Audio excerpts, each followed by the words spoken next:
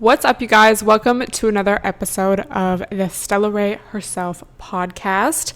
Thank you so much to everyone that listened last week and that's been listening. Y'all know, brought these to YouTube now, or back to YouTube, should I say, and we're on SoundCloud. I'm just very excited and I feel inspired. And it's really thanks to you guys for giving me that motivation to move forward. So thank you. And also I would like to shout out the girl that just minutes before I started recording this DM'd me on Instagram and said that she was listening to the last podcast. She said I said capitalism is such a scam, or productivity is a scam, because I was in fact talking about that. And she said she's listening to that on her way to work. Then she goes to work with this attitude of fuck it, I don't need to be productive. These people don't care. This company doesn't care about me. And she had her most productive day yet. That just really struck a nerve with me. But I think that also, it makes sense. As soon as you let go, it happens if it's meant to happen. There's something to that. And that really gets into kind of the actual factuals of the law of attraction. People want to make their little YouTube videos. My favorite that I've been seeing is how to manifest your dream body. It's like I get what you're saying, I get the mindset, but I still want to make fun of that. When you just don't make something seem so out of reach, it becomes not that out of reach. Anyway, I wasn't even planning to talk about all of that today, but I just wanted to shout out to that girl. Also, just some light updates. I've been doing more lives on Instagram, so I'm sure if you listen to these podcasts, you already follow me on IG, but just in case you don't, hit me up. Some people were requesting that I do a lit stream or a drunk stream. So if you would take part in that, if you would watch, if you would join the live, let me know. I know a lot of people have been doing that these days because of quarantine, and I just think Stella Ray needs to put her own spin on it. But yeah, it's been super fun just to do lives and chat with you guys. And yeah, I just wanted to thank you guys for really being there for me. So the first topic I wanted to discuss today actually comes from an ask on Tumblr, throwing it back to the Tumblr days. I am actually active on Tumblr again these days. So if you wanted to submit any questions. But Anonymous asks, hey Stella, hoping this can be for your podcast. I was curious if you feel like your attitude towards guys is manifesting not finding anyone. Asking because I have a similar attitude, men are trash, and my friend called me out saying that if I have that mindset, that's what I will attract. Thoughts? I just want to preface this by saying that is not my attitude. I'm not one to say men are trash, because I don't want to believe that. So obviously, I'm not going to sit here and be not all men. That's not what I'm saying. What I'm saying is that, as someone who is unfortunately attracted towards cishet guys, you do want to have certain standards, I guess, and qualifications. I do think there is some weight to, if you're always focusing on the negatives and always saying men are trash and just looking for something wrong in everyone, that is what you're going to find, because that's what you're looking for, even if it's subconscious or not intentional. But I would say throughout these past couple years of, I guess becoming an adult and just moving from the teen scene of dating, quote unquote, and just having these interactions or relationships with guys, to now the adult dating pool, and I guess when life was normal, going on dates and talking to people and just doing it in a more mature way. I've definitely learned a lot, and I think that's the beauty in dating. I think I mentioned this in a vlog, but when people say I'm dating to marry, I only want to date someone that's dating to marry, that just doesn't really resonate with me, because I feel like there's so much to discover about yourself and about the world in dating and in casual dating. That can mean casual sex, or it cannot mean casual sex, but even in just hanging out with different people and meeting different people and learning how to navigate that and communicating. And everyone's different, and everyone is going to bring out something different in you, whether it's good or bad. So I just think there's a lot to be discovered. So anyway, throughout all of this, I've definitely learned a lot about what I like, what I don't like, my standards, and I guess also how to set those standards and how to set boundaries and how to just not go along with something or someone because maybe I'm uncomfortable to speak up. But I guess where this idea comes in of, oh, men are trash, it's like, it's true in the sense of patriarchy is trash, and a lot of the ways in which we have to interact with men, or the ways in which men interact with us, are very just trash.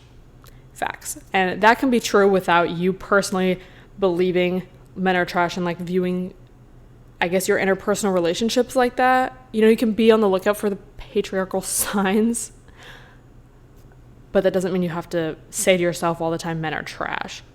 You know what I mean? It's like, I would personally rather have a positive attitude towards dating if it's something that I want to do, and just have certain standards. And if someone doesn't meet those standards, okay, on to the next, someone else will, rather than just always having this negative mindset about it. I will say, as someone who continually tries to educate myself about patriarchy and about misogyny and about capitalism and about all of these systems that are kind of set up to make a lot of people, a lot of different types of people fail, the more I guess I'm picky with especially the men that I choose to interact with or spend my time with or invest in. So many cis het guys are homophobic, misogynistic, transphobic, racist, just all of these things that I disagree with. And, you know, it's even like, oh, well, he's nice to me. It's like, a guy can be nice to you because he finds you attractive and wants to have sex with you, but that doesn't mean that he respects women. You know, like, just because he's nice to you doesn't mean he respects you or respects women. Like, if he wasn't attracted to you, would he still be nice to you? Like, just things like that.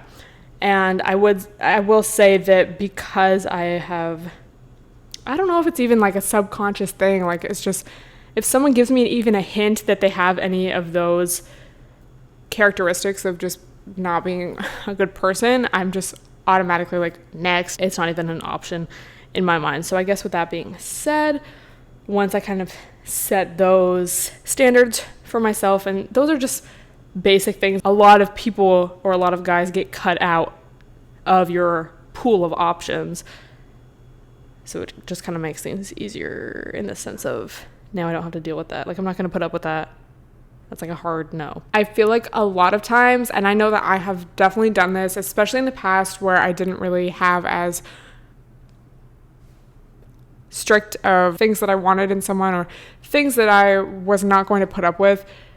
You know, there is a little fear that comes with that because a guy says something or like acts a certain way and we don't necessarily speak out about it or cut them off right away or distance ourselves because we're scared to lose them or that we're going to be alone. But I think once we can realize that attention, and especially male attention, is not hard to find, and there's always going to be other guys out there, it makes letting go of those who are not the best for us or those who aren't in alignment with our values and beliefs, it just makes it easier. You know, okay, you say something homophobic, okay, bye. Like, I'm not, oh, okay, well, at least he treats me good. Like, at least, you know, he texts me back. It's like, okay, there's other people out there that aren't a piece of shit. Or even if it's something personal, like, oh, he's like said this rude thing to me or acts this way or like doesn't text me back or doesn't communicate. But like, you know, at least I have him though. It's like, it's honestly better to just be by yourself, and the attention that we crave, it's like that can be found elsewhere, first of all, but also you can fill that void yourself. And I think that's been a huge part of my personal journey this past year, the past couple years, just kind of realizing like there is that void that I think we all have. But at the end of the day, I think it just really comes down to, it sounds so cheesy, but finding ourselves and being content with ourselves by ourselves. And this quarantine is honestly a great time to do that. Just practice being. I think a lot of people would rather be with someone that isn't right for them than be alone. And it makes sense because, especially as women, we're really taught that, you know, male attention determines our worth. And, you know, our purpose in life is to get married and have kids, and we just everything is kind of pointed towards that. We grow up seeing Disney movies and just seeing all these messages from our culture and from society and media that, ways to get a guy, ways to keep a guy, ways to get a relationship. We're kind of brainwashed from a young age that this is what our life path is. So then our whole life just becomes almost about that.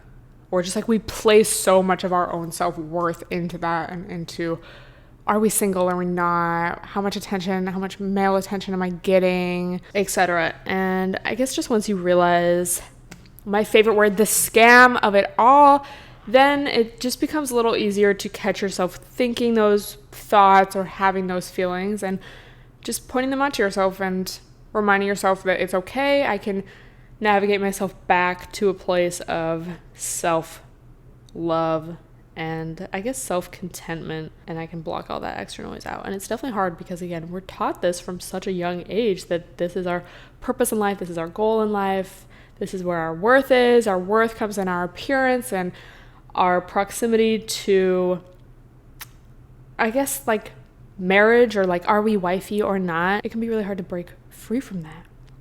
But it is what it is. So you can just catch yourself thinking those thoughts and nip it in the bud right then and there.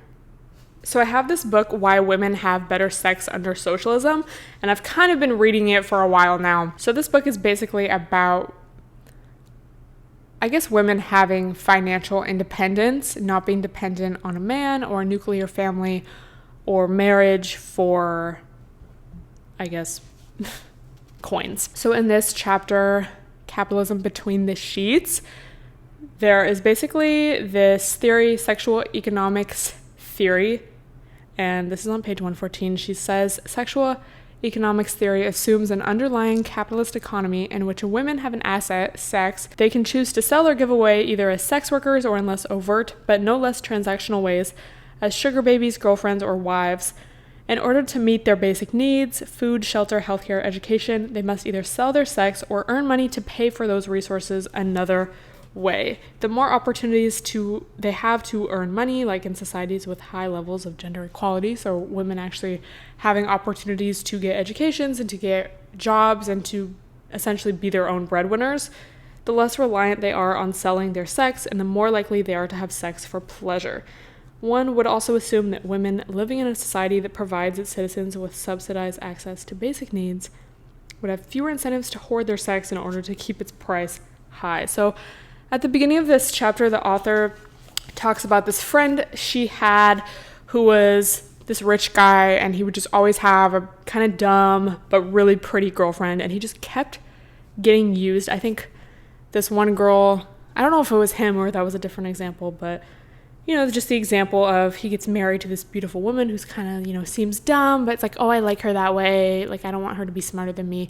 And then she literally divorces him right away, takes all of his money. And it's like, you want these beautiful women because you have money and you want this like trophy, but then you get mad when they're using you for that. And then the author's friend sees his lawyer friend that has a beautiful wife who is also a lawyer or just something, really smart. She's as equally as smart as her husband. And he's like, wow, they actually seem to really like each other. Like, he's not threatened by the fact that she's actually smart and has her own career. Like, that's crazy. And he just has this revelation, like, as he's a middle-aged man. It's like, are you fucking serious? But anyway, I just thought that was a really great way to, I guess, put into words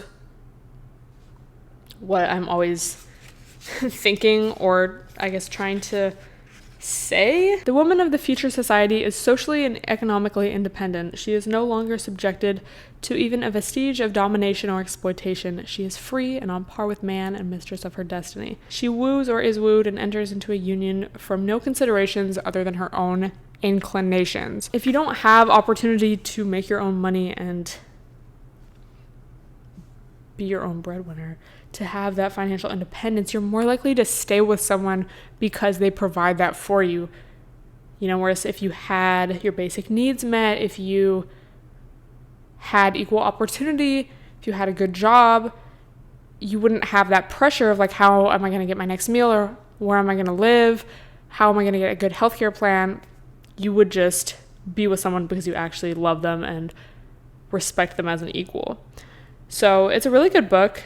I would definitely recommend it. And I really think change is made through first just awareness, so it's hard as an individual to like, oh my God, how am I going to change this whole system that's been in place for hundreds and hundreds and thousands of years?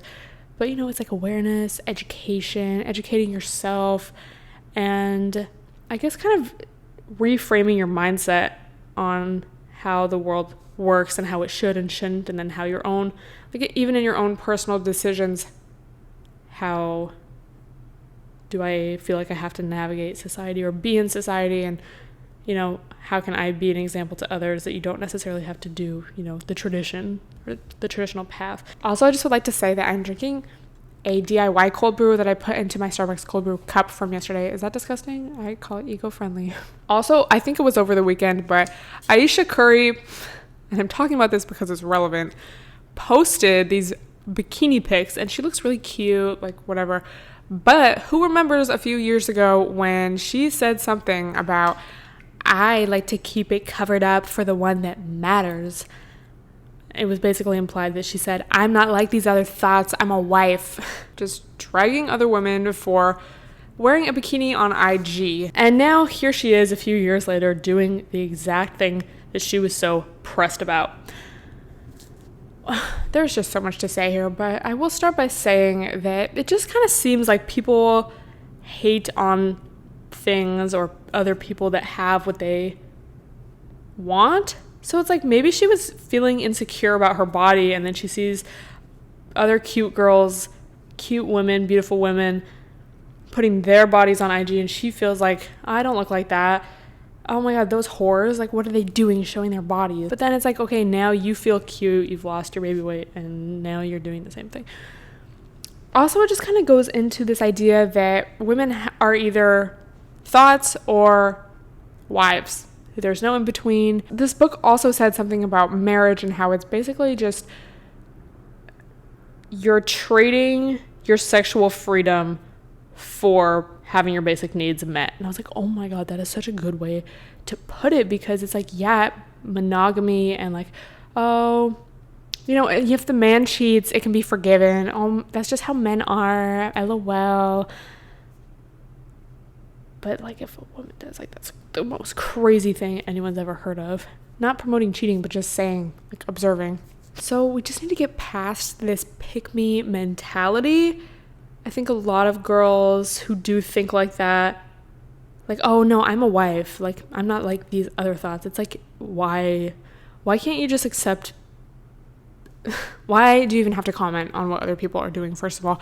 But they do it because if I distinguish myself as being a good girl or being a wifey, or, oh, I will cook for you, you want to be seen as the good one or the one to be chosen by men. First of all, have you seen men's standards? Like, I know the Adriana Lima quote, what did she say? I used to be flattered when men found me attractive, but men will have sex with a chicken sandwich. So if you are just living your own life unapologetically, minding your own business, then if you want to be with someone, if you want to, not when, if you want to, you will attract a person who just accepts you for you. You don't have to do all this extra shit. Like, it's just unnecessary and makes you look dumb, and honestly just contributes to the problem at the end of the day of patriarchy. Okay, that's what we want to avoid. But it's definitely interesting becoming aware of these issues and then seeing, I guess, in myself when it comes up. For example, I took a bikini pic yesterday, and I was taking a lot of pictures, so it wasn't like I was going to post it yesterday, but I still might post it. I'm not sure yet. But just thoughts like, oh, I don't know, is this too much? And then it's like, what do you mean too much? Too sexual? Too, oh, people might perceive this as I'm a whore? First of all, why do I care what other people think? And then also, what's wrong with being a whore? Like, define whore. Like, has sex with a lot of people, is sexually free? And then also, how does a photo represent that? So if you just kind of backtrack your thinking, or I guess go deeper into the initial thought or emotion that comes up, it's just kind of interesting when you see the patriarchy jump out, you know, even in yourself, because again, we grew up in this society, bitch. We have these ideas, some of them at least, ingrained in our minds, and that's what makes a lot of things difficult, I guess. So if you think about Aisha, like, judging, I mean, I don't know her brain, but just as an example, think of someone like that who's gonna judge other women for posting bikini pics. She probably is triggered because she doesn't want to be, you know, known as that. But then it's like, why? Like, what's wrong with that? Like, why are you trying to separate yourself so hard from that? What do you believe about that lifestyle or that photo? What kind of assumptions people are going to make about that, and how will you be perceived by others? You know, it's like, where's the fear coming from? Why are you so scared? Because it's really not about them, it's about you and your beliefs. It's just really interesting. So yeah, it's definitely something that I would recommend, is like, when you do have those thoughts, just kind of ask yourself why. And you can really do it with anything, but this is definitely like a big issue for us, like, not just posting like a bikini pic on IG, but just in who we choose to have interactions with, or even like sometimes I'll be like, oh, I should tweet that, and I'm like, oh no, like, I don't want to be perceived as but then it's like, why do I care? Ask yourself that, and sometimes you're at a loss for words, even to your own self. So with that all being said, let's talk about OnlyFans. I definitely follow a lot of girls who do OnlyFans on Twitter and IG, especially Twitter, and like girls who have been doing it OG since before it was even popping like it is now. Now it kind of annoys me that so many regular ass people are getting on it, because you're kind of just taking away, I don't know, it's like people aren't even getting naked on there, but they're using the image of sex workers to make it seem like they are, but then you subscribe and it's like a pic you could post on Instagram. Like, I just feel like that's kind of scammy and like taking away from actual sex workers. Am I wrong? But a lot of people have asked me if I am going to start an OnlyFans, and I have a few trains of thought. So first off, I will say that you have to think, okay, well, first of all, people think it's an easy check. People see these screenshots of earnings that are like $30,000 for a month. And the thing is, it's not like it just comes easy like that, especially if you're somebody, like, I already have a platform, even though it's small. I do have somewhat of a platform, but especially if you're someone with like just a regular Instagram account, like isn't an influencer, doesn't already have somewhat of a platform, it's not like you're just gonna start making that. And I know, because once I thought about this, I was like, this just puts it all in perspective, because it's tempting. You see $30,000 a month, you're like, that's crazy, like, why aren't I selling my nudes or videos? It takes so much time. I mean, not necessarily, but it takes time and it's work. And I know, because I think it was a couple years ago, Sonia and I started doing this live streaming app, and we were under contract, so we were kind of working with this agency. It wasn't like we just signed up for the app on our own. It's like the agency, I don't want to say hired us, but, you know, it was like that. Like, we were getting paid from them rather than the app. And it takes a minute to build up an audience and actually start making, and you would have to stream so long. And it sounds easy, like, oh, you just get in front of a camera. And this was just like an IG live. Like, it wasn't nudity, it wasn't sexual, it wasn't like, you would get sexual comments, but it wasn't like that kind of platform. But it's just an example of like, you have to put in so many hours, and I just stopped doing it because it was too much and it was exhausting, and just having to deal with all the comments from creepy guys, it was just a lot. Sonia stuck with it, and she's like popping on there, and she literally has to stream, or she has streamed just so much to do that over the course of like a couple years. And I think with YouTube too, like, it's not like when I first made a YouTube, I was making what I make now, or, you know, what I made a couple years into doing it. Like, it takes time and effort. And the thing with OnlyFans or any kind of sex work in that way, or like selling nudes or videos or doing any sort of porn like that, is it is out there once you do it. So like with live streaming, I could just stop doing it, whatever. My profile's still up. Who cares? Like, just follow me on IG. It's not like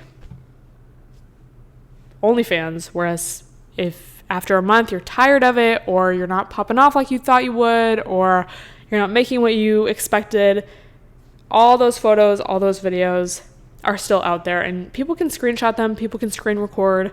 You can't really control that.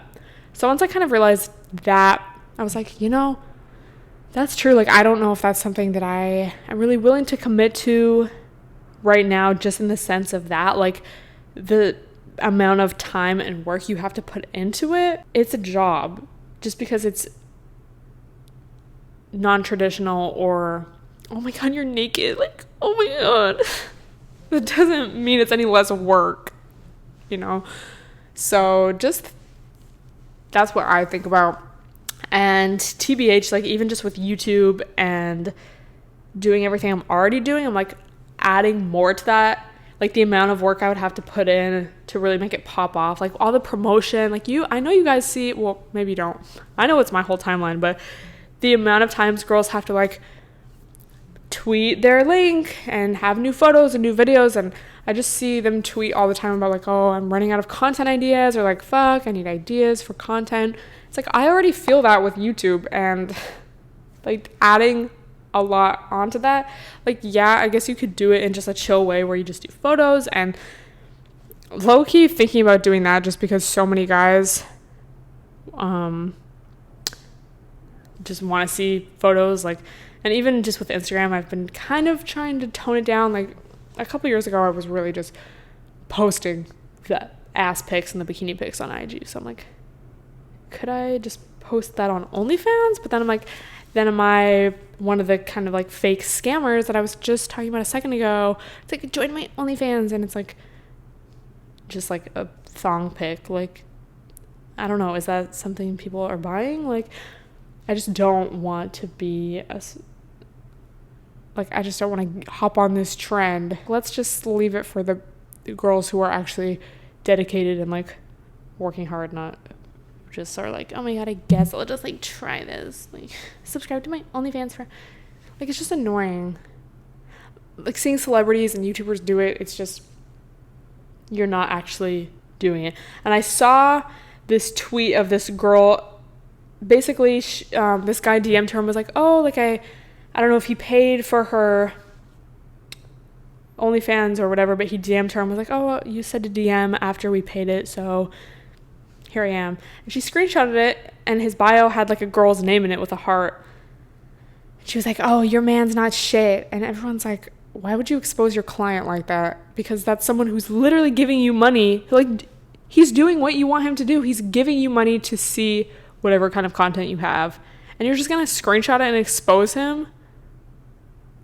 And someone quote tweeted it and said, you're not a sex worker, you are a civilian selling nudes. Like, it's two different things. It's either like you get it and you're dedicated, or you're just trying to like hop on this trend, make a few quick bucks, and like you don't actually understand the ethics of it and the fact that it is a job. And it's like, just because it's sex work or nudity or porn or whatever, it doesn't mean that it's like a free-for-all and there's no ethics behind it. Like, that's, I think, where a lot of people get it twisted. And yeah, I personally think it's great that, I don't know, I have heard a lot of things about the platform itself, OnlyFans, that it's just like not really the best. It's not like, I don't know, I just see a lot of complaints about it.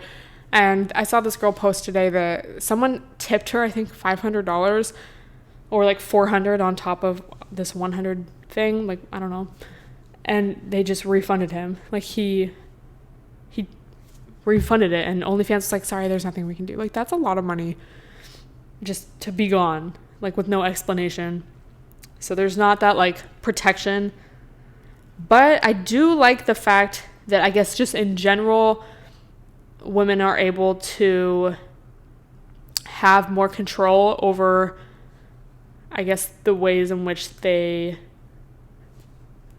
sell their nudes or like sell their content.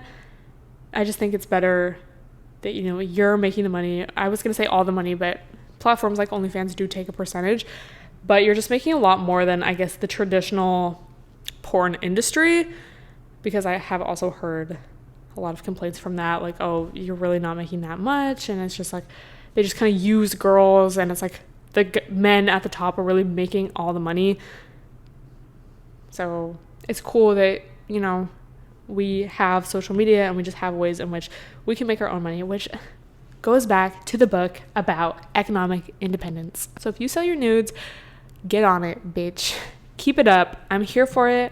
And yeah. So I guess to answer everyone's question, am I starting an OnlyFans? I don't know. I don't know. I'm not really dedicated. I'm not really willing to dedicate to the amount of time and work it goes into really selling content. But would I make one just like for pics? Like, I don't know. Is that ethical? Is that kind of like contributing to the problem? Let me know what you think, and let me know if you have one, and especially on OnlyFans, like, what has your experience been? So that's the OnlyFans chat of the day, but it's just annoying to see all these randoms like make one. It's like, I follow the OGs. Like, I know the amount of dedication and work and time goes into this. Anyway, I think that's all I have to discuss today. But thank you guys so much for listening, and I would love to hear your thoughts on any of these topics down below. Don't forget to take a screenshot of you listening and tweet it to me or post it on your IG story and tag me so I can retweet, repost, all of that. Don't hesitate to DM me. I've really been active in my DMs recently. Thank you guys so much for listening, and I will talk to you in the next episode.